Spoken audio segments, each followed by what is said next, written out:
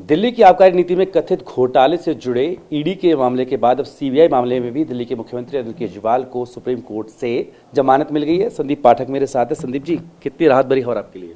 नहीं, हमारे लिए तो राहत की बात है, ये इस देश के लिए राहत की बात है। जिस तरीके से एक तानाशाह पूरे देश की व्यवस्थाओं को बर्बाद करने में तुला हुआ है, उसको आज सुप्रीम कोर्ट ने साफ शब्दों में कहा है कि संविधान से ऊपर कोई नहीं है और कुछ भी नहीं है। लेकिन अभी भी बीजेपी आप पे हमलावर हो रखी है, कह रही सिर्फ जमानत मिली है, बरी नहीं हुए। बीजेपी को अब करने देते हैं। आज बुरा दिन है उनके लिए, काला दिन है उनके लिए, पेट में दर्द हो रहा होगा, तो आई वुड टेल देम कि go and take some rest.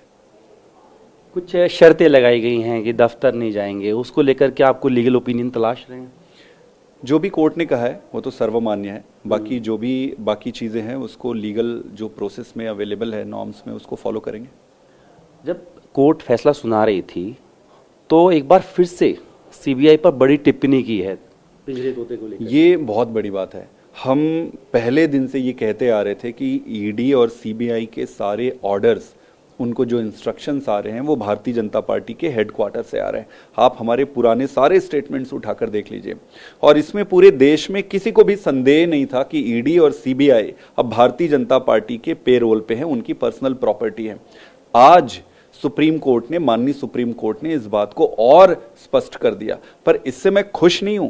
मैं खुश कैसे हो सकता हूं? मैं एक जिम्मेदार नागरिक हूं। मेरे देश की एक संस्था जिसकी जिम्मेदारी संविधान की रक्षा करना है, जनता की रक्षा करना है, वो अगर इस तरीके से किसी एक पार्टी के में नतमस्तक हो जा रही है, तो ये मेरे लिए, मेरे देश के लिए अच्छा नहीं है। तो ये बात तो दुख की बात है, लेकिन हम जो कह रहे थे वो साबित हुआ। ये उस बात से हमें संतुष्टि है।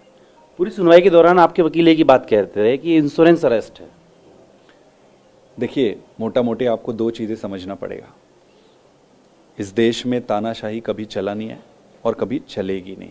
जो भी व्यक्ति ये सोचता है कि जेल में डालकर मैं सरकार बना लूंगा और सत्ता भोग लूंगा, उनको ये समझना पड़ेगा कि इस देश का माइंडसेट जो है वो ऐसा नहीं है, वो एक्सेप्ट ही नहीं करेगा। बीजेपी को मैं ये कहूंगा कि भाई साहब, आपके पुराने जो लीडर थे, जिस विजन के साथ उन्होंने आपकी पार्टी बनाई थी, उसको थोड़ा पढ़ो। जो भी है, अच्छा है बुरा है, उसके आधार पर जनता के पास जाओ, काम करो, वोट मांगो और जीतो। लेकिन अब चूंकि आप हार रहे हो तो आप दूसरे को जेल में डालोगे, पैसे से खरीदोगे, ये उस पार्टी के साथ अन्याय तो है ही है, देश के साथ गद्दारी है। ये आगे की रणनीति क्या है? जेल से पहले कहां जाएंगे, किस तरह से बातें होंगी? अब देखते हैं। आज तो वहां से छूट के आएंगे, घर जाएंगे आज तो, अभी फिर बाकी का प्लान बनाएंगे, जनता के बीच में जाएंगे।